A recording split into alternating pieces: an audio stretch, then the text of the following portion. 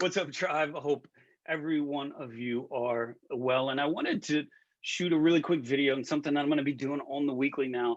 And that is a new video that's called the Weekly Real Estate Story Brief. That's right.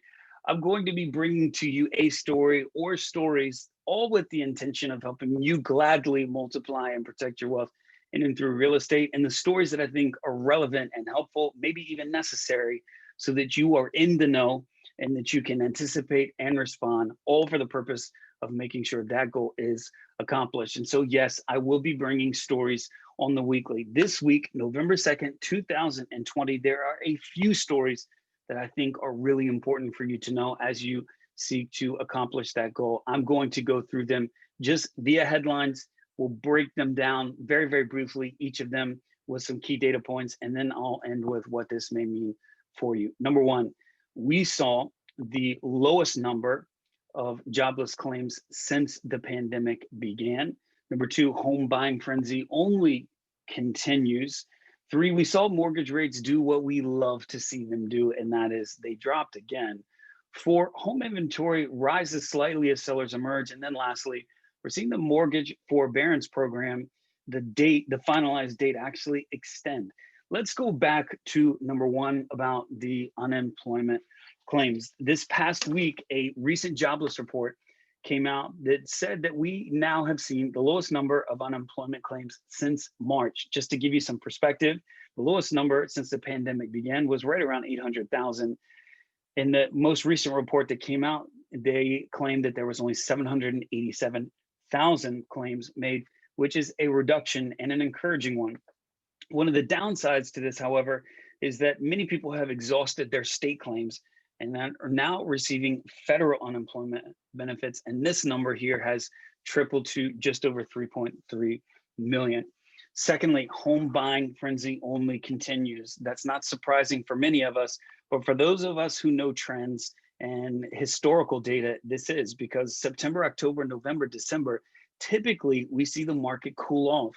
But year over year, compared to September of last year, we're seeing existing home sales.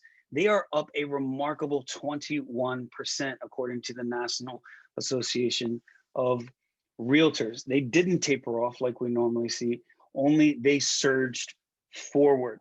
This has reduced the national inventory rate to 2.7 months supply.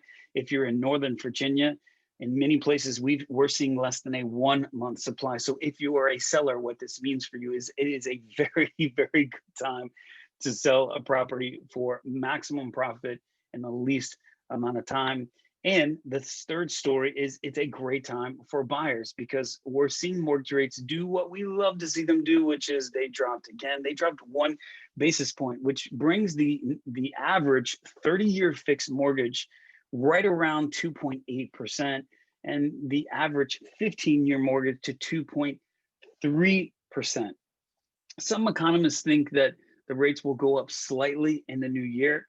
Most say that those rates are probably going to hover around that same percentage for at least the short future here, all things considered. Next, we saw October home inventory rates increase as sellers emerge. Many sellers are wanting to take advantage of this hot market that we just talked about. And some of the uncertainty pertaining to COVID has waned for some. And because of that, they have put their properties on the market. And so we saw a slight surge in inventory. And then lastly, we see that the mortgage forbearance program here has been expired. The initial date was the end of October. That has now been extended to the end of December so that it's in alignment with the federal moratorium for renters. What this means for you, if you have applied for mortgage forbearance and you have a loan that qualifies, is you now have a little bit more time and possibly even further. I'm going to do a video here shortly on mortgage forbearance because I've had so many of you ask me about it. And so I'll give you some details here in the future about that. But those are 5 key stories here that I think are important for you as you seek to multiply and protect your wealth in and through real estate. And until next time, hope you'll have a great day. Have a great week. I'll see you then. Bye-bye.